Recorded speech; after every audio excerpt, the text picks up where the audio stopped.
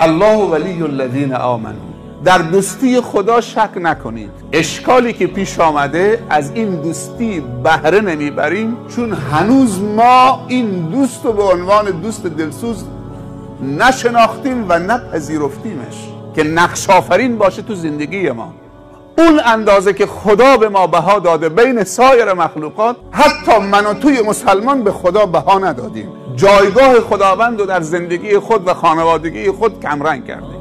برعکسش مسلمان ها امروز اون اندازه به ابلیس بها دادن بی حد و وصف تا مل اختیار زندگیشون شده.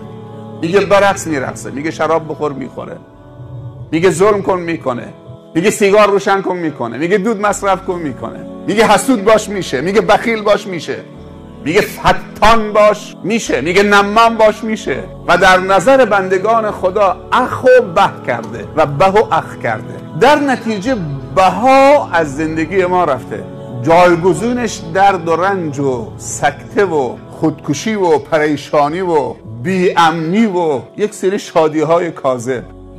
الله ولی الذین آمنوا یخرجهم من الظلمات إلى النور. الله ولی الذین آمنوا یخرجهم من الظلمات إلى النور والذین كفروا أولياؤهم الطاغوت يخرجونهم من النور إلى الظلمات أولئك أصحاب النار هم فيها خالدون.